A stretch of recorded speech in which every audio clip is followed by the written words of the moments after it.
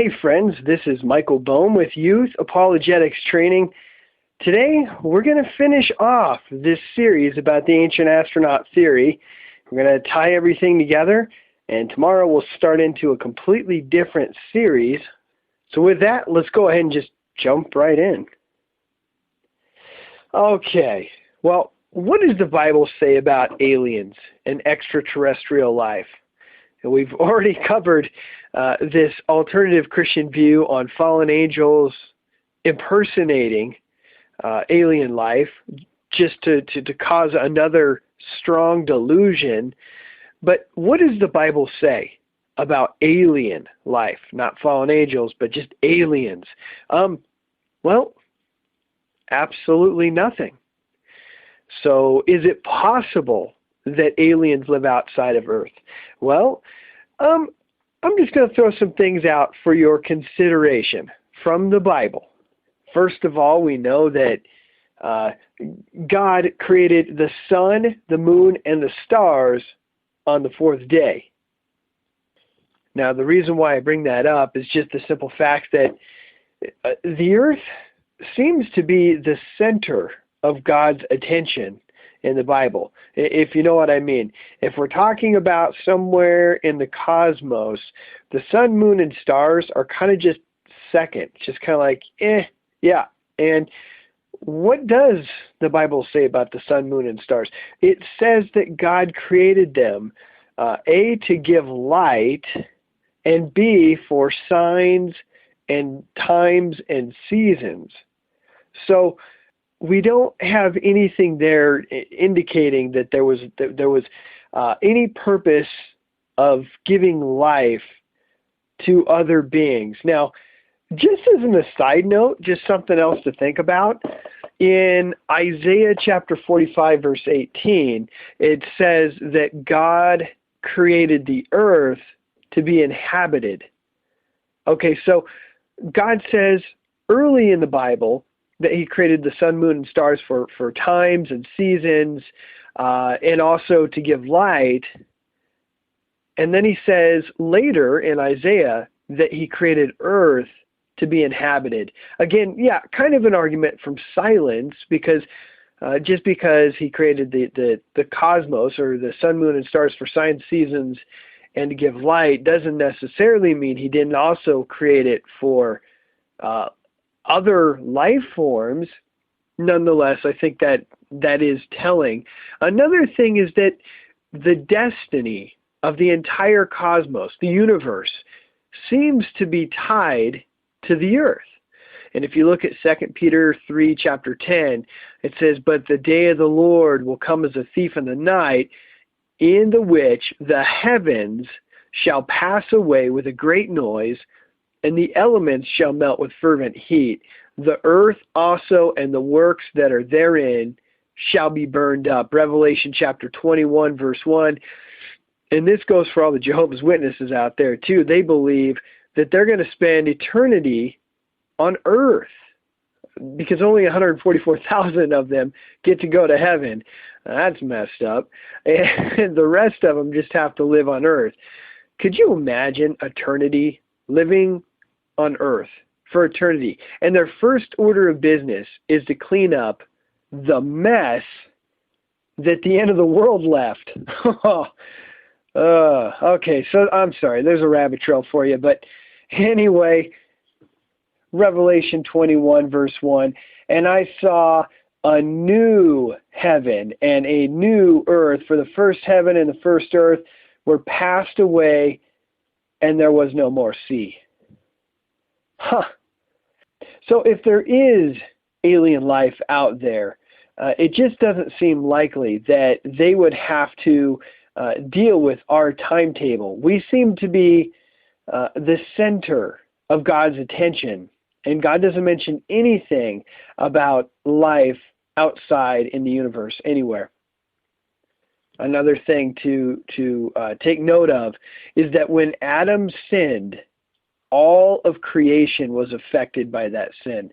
So again, we kind of have an issue there where these alien life forms would be stuck dealing with Adam's sin. And then what? Did Jesus show up and live a sinless life as a little gray alien guy and then get nailed to a similar type cross type device and atone for their sins?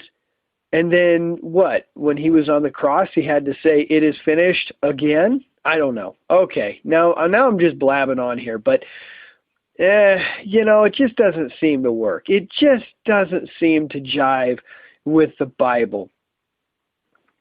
And when I'm done with this series, so probably starting tomorrow, I'm going to be starting a new series. I'm going to be talking about the anthropic principle and the fine-tuning of the universe. And I intended for this series to come right after the Ancient Astronaut series, because the two are going to work together quite nicely, because when you look at just how perfectly fine-tuned our solar system is to supporting life, it's very, very, very, very unlikely that there's alien life out there. Now, I don't like starting with science. I want to start with the Bible. What does the Bible say? Well, it says very little about extraterrestrial life. What it does say, where it touches on it, it does appear that there's no way there's extraterrestrials out there. But since the Bible is kind of quiet on the subject, why not look at what science has to say? And when you look at how many factors have to go into our solar system, and also just Earth, for that matter, a planet being able to support life, the factors are so narrow. With each successive factor that needs to be in place and fine-tuned that everything has to be, it just becomes more and more unlikely that there would be life anywhere but Earth. Now, of course, God could have made it just so somewhere else. So again, I'd rather start with the Bible. Now, what about aliens creating life here on Earth? I mean, that's, another thing that people want to think about here when we're looking at this series. How do you talk to somebody about the Bible when they think that aliens came to Earth and created life here? That's kind of tricky, especially when they are caught up in all these wild facts and wild fanciful theories of people like Richard Hoagland and Zecharia Sitchin and on and on. They have such elaborate science fiction style meta-narratives about how life got here. It's kind of hard to wake them up. What I would suggest is this: take them to the Bible. These types of people are fascinated with, cool stories. They're into things that kind of make their hair stand up. They like looking at facts that seem out of place, that just don't seem possible, and kind of take your brain on a ride. So take them to the Bible and show them prophecy. How in the world did these ancient Jews predict so many amazing future events with such detail and perfect, 100% perfect accuracy? How did they do that? I have a series right now, it just keeps going. I keep adding to it from time to time on the evidence for the divine inspiration of the Bible. It's the evidence that proves that the Bible was written by God through the lips and hands of men.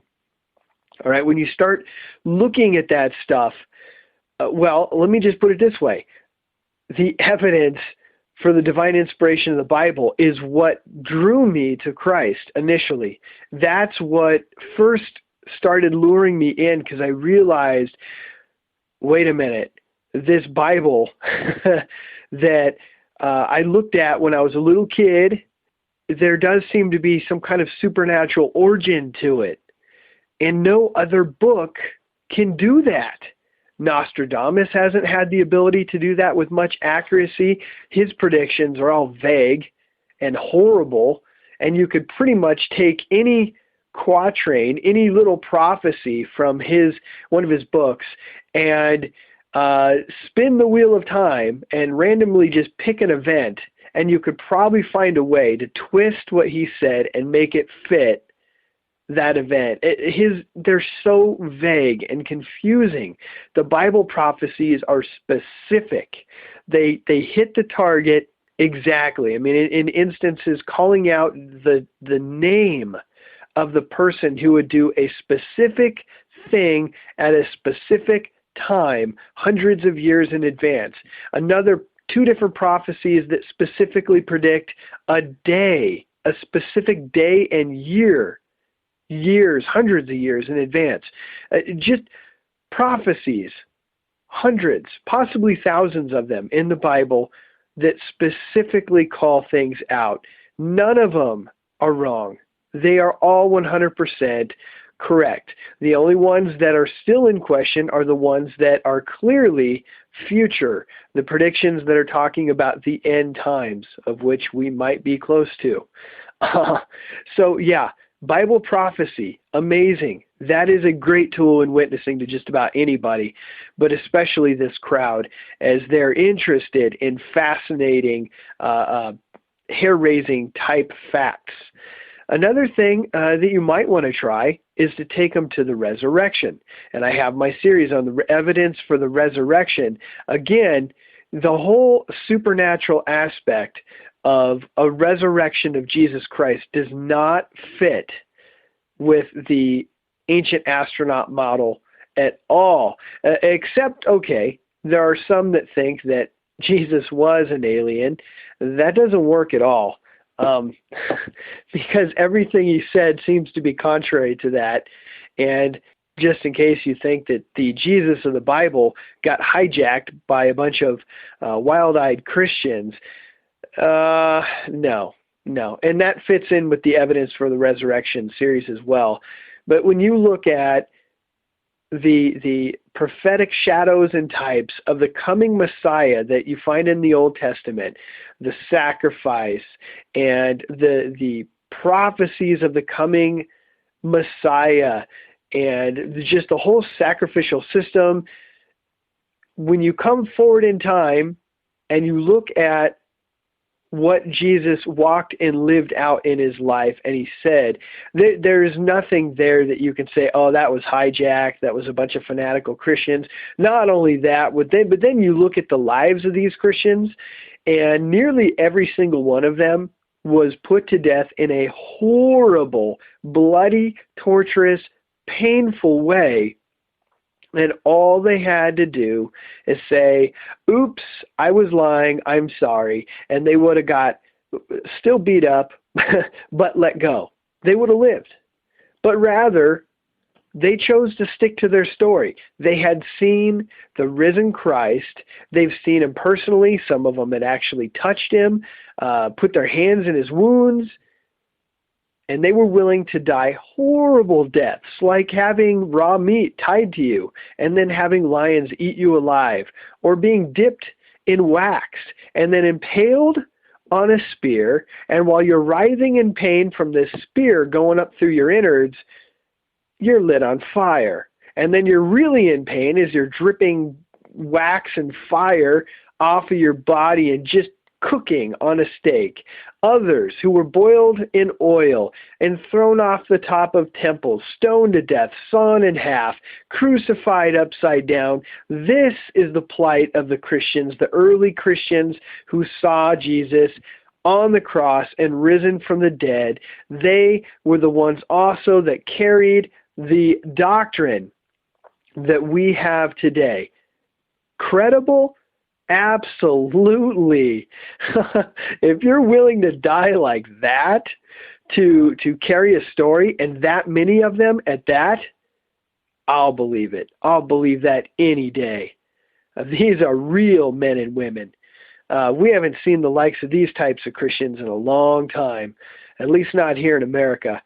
So that's also a good direction to go. And so I think this is a good place to stop.